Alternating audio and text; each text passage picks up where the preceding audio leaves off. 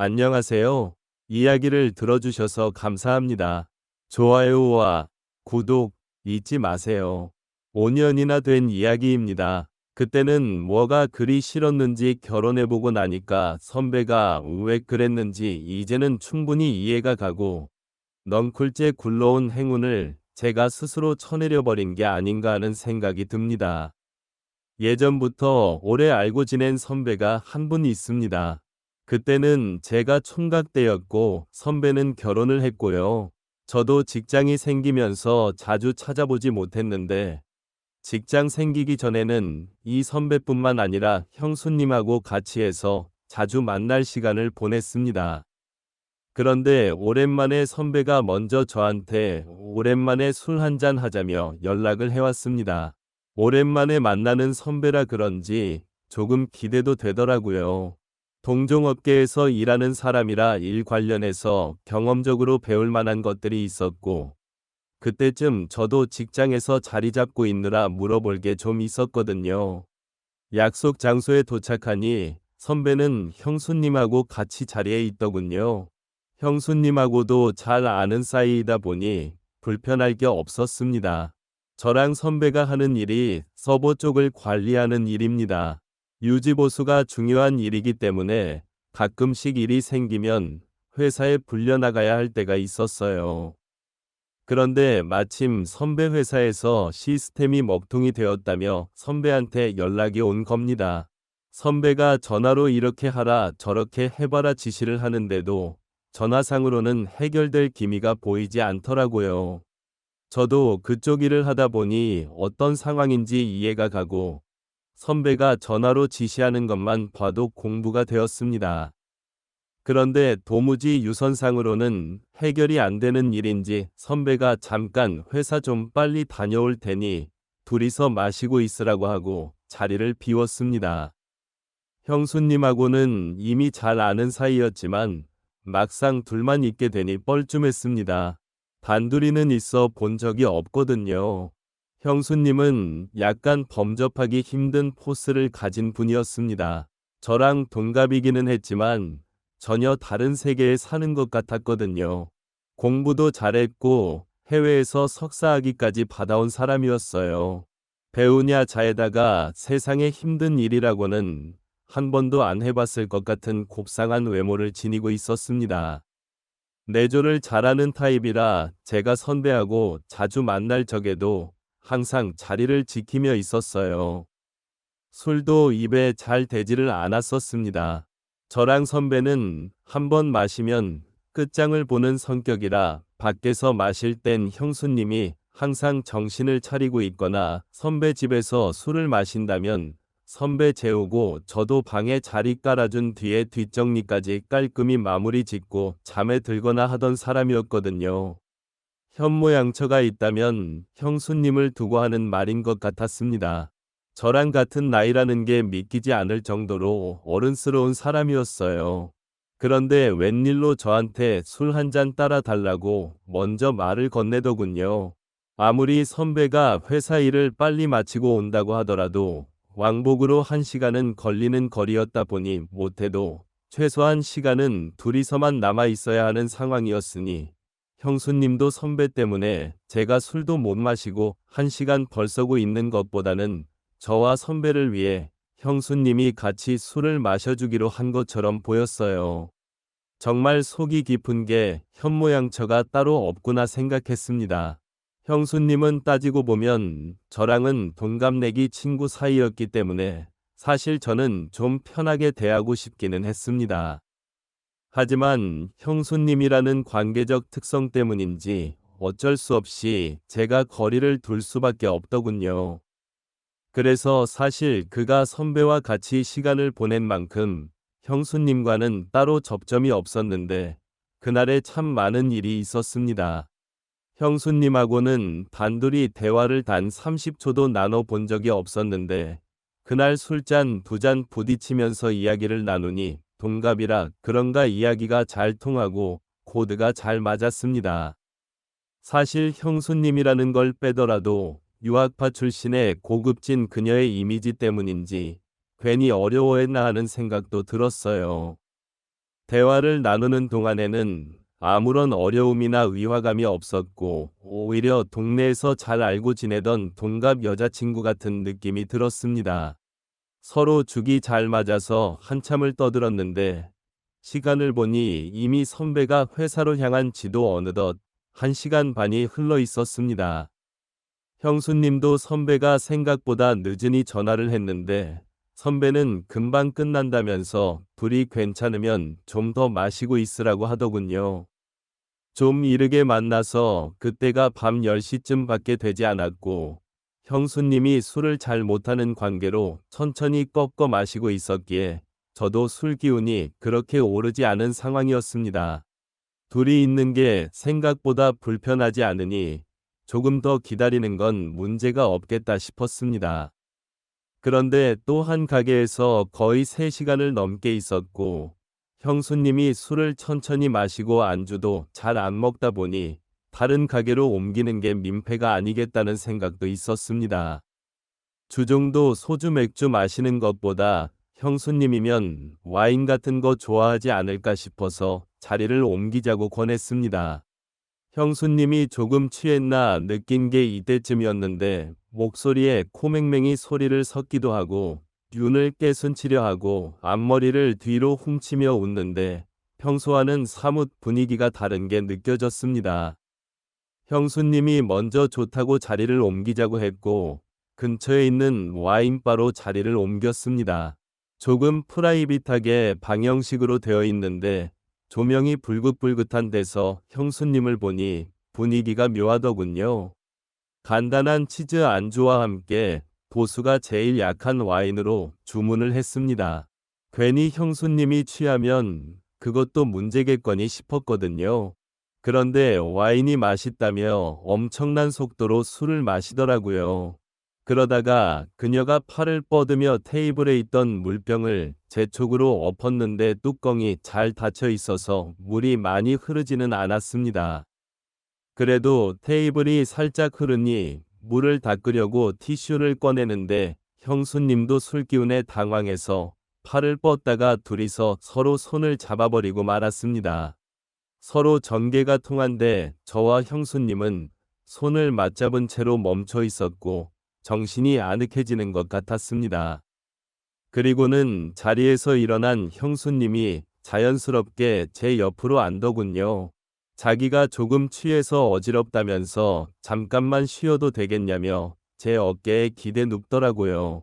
형수님 머리에서 나는 은은한 샴푸 향에 정신이 아늑해질 뻔했지만 남아있는 이성의 끈을 잡으면서 이러면 안 된다고 몇 번을 되뇌이며 정신줄을 붙잡았습니다. 형수님은 일어날 생각이 없는 건지 계속 제 어깨에 기대서 있었고요.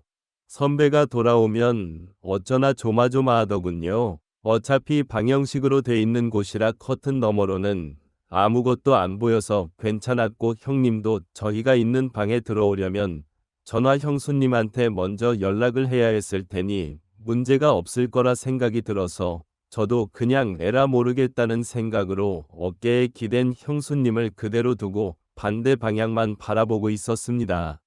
시간은 이제 1시가 다 되어 가는데 곧 온다던 선배는 연락조차 없더군요.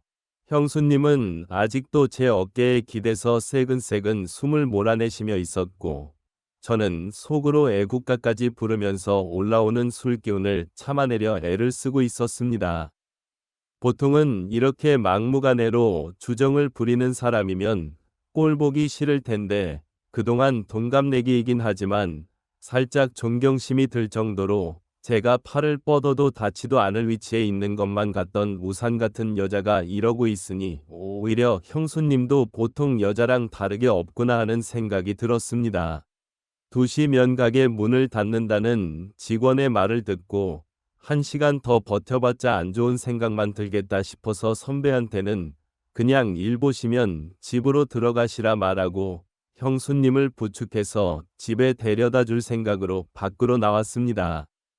찬 공기를 쐬니 형수님도 정신이 들었는지 잠에서 깬 듯 저를 따라 걸었어요.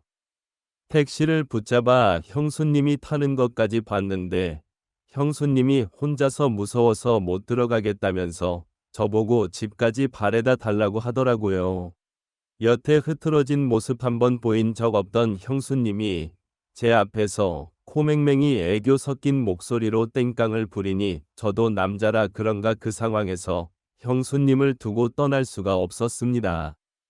뒷좌석에 나란히 앉아서 가는데 중간에 일부러 자리를 비우고 앉아 있었는데 형수님이 머리가 아프다면서 옆으로 제 다리를 베고 눕더라고요.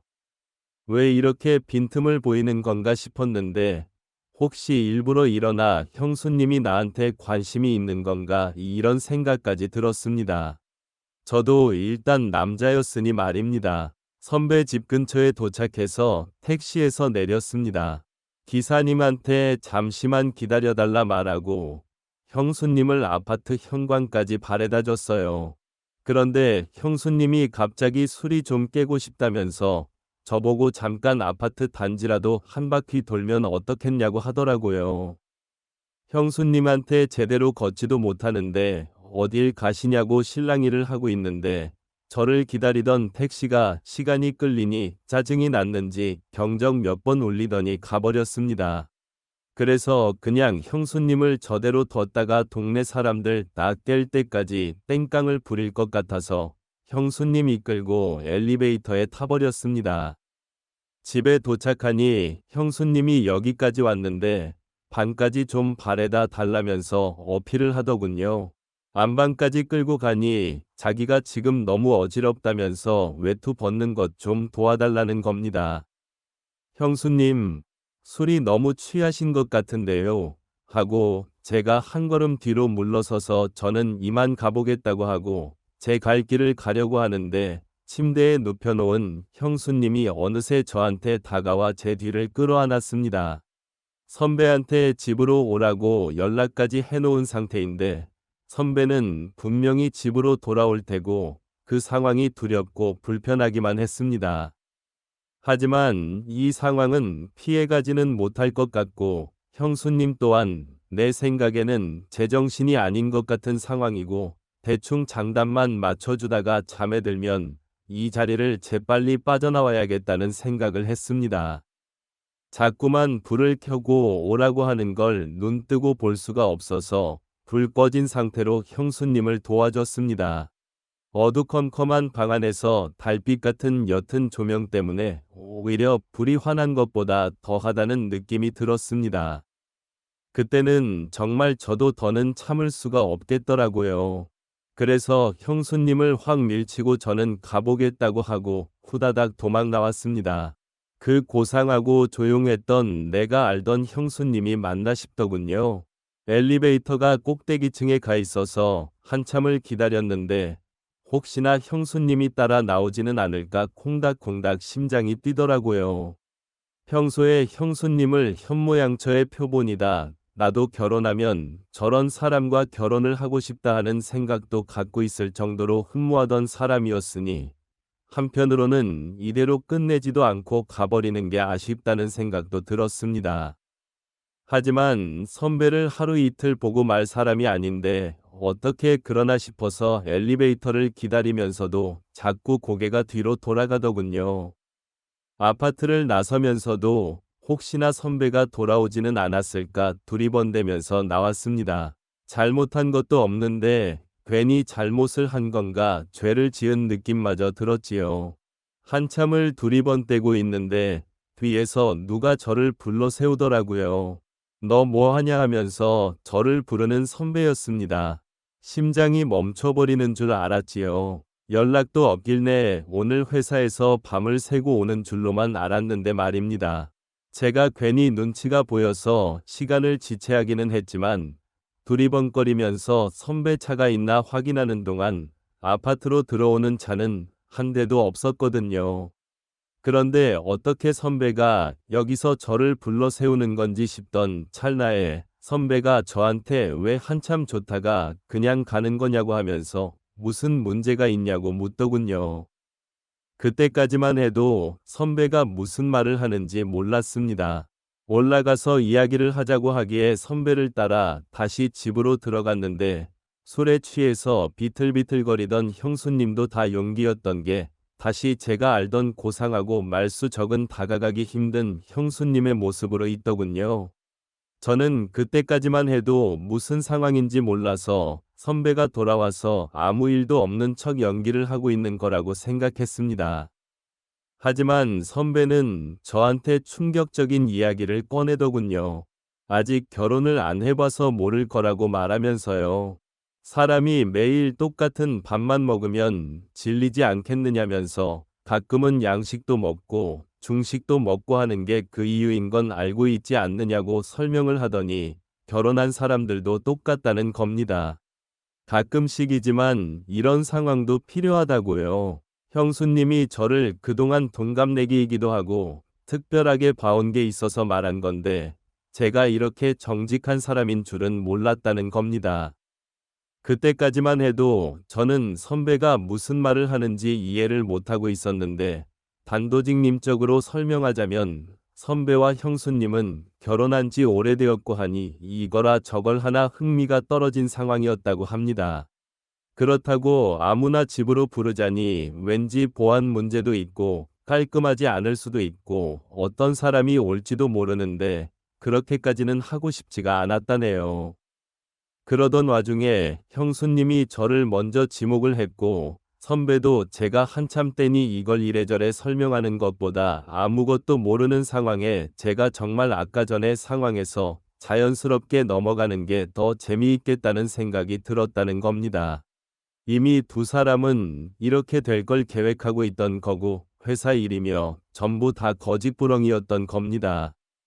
전공법으로는 안 될 것 같으니 차라리 상황을 이야기해주고 아까 하던 걸 마저 하라는 겁니다. 제가 어이가 없어서 이건 해도 너무한 거 아니냐며 자리를 박차고 일어섰지요.